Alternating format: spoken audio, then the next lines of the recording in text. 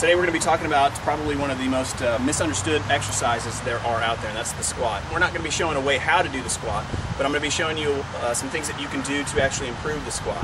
Now again, the squat, for the many of you that don't know, is really a great strength building full body exercise where the majority of your muscles are being used. And again, when I talk to people about the squat, ask them if they tried it.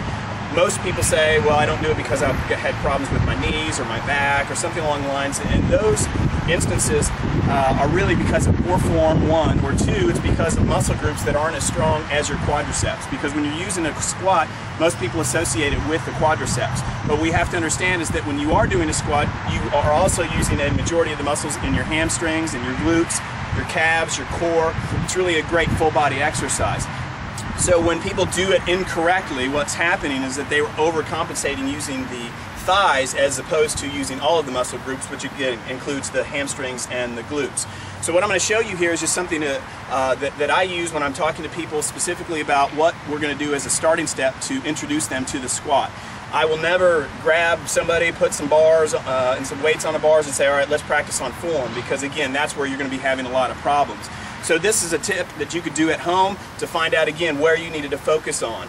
And the first thing that we're going to do is just essentially just stand against a wall. Now again, it's very important that when you're doing this, it doesn't feel natural. So what I recommend is you either have somebody stand behind you to support you if you are to lose your balance, or maybe a chair under you, so that again, if you did fall back, you would have something to fall back onto.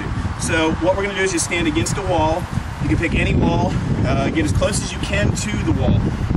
Now, when you're doing a squat, we're not going to have our hands at the side, but for simplistic sake, we're going to just have it on the side. And the idea is that what you're going to be doing is focusing on forward and just simply squat down.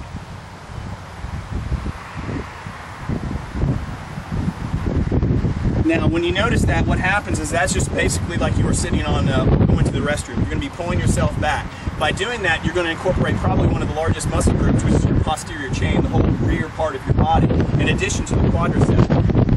If you have a tendency to focus on your thighs or your quadriceps more than you do your hamstrings and your glutes, what's going to happen is when you attempt to squat, you're going to lean forward and be too upright. So this exercise is really going to help you to focus on leaning back a little bit and utilize those muscles that are so strong.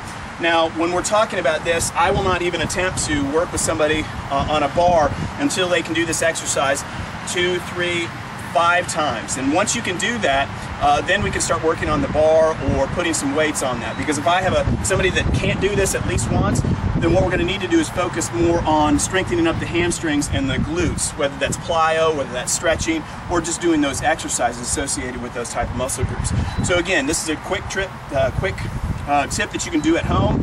If you can't do this, focus on the hamstrings and the glutes. If you can, start working your way up on a form on a squat bar.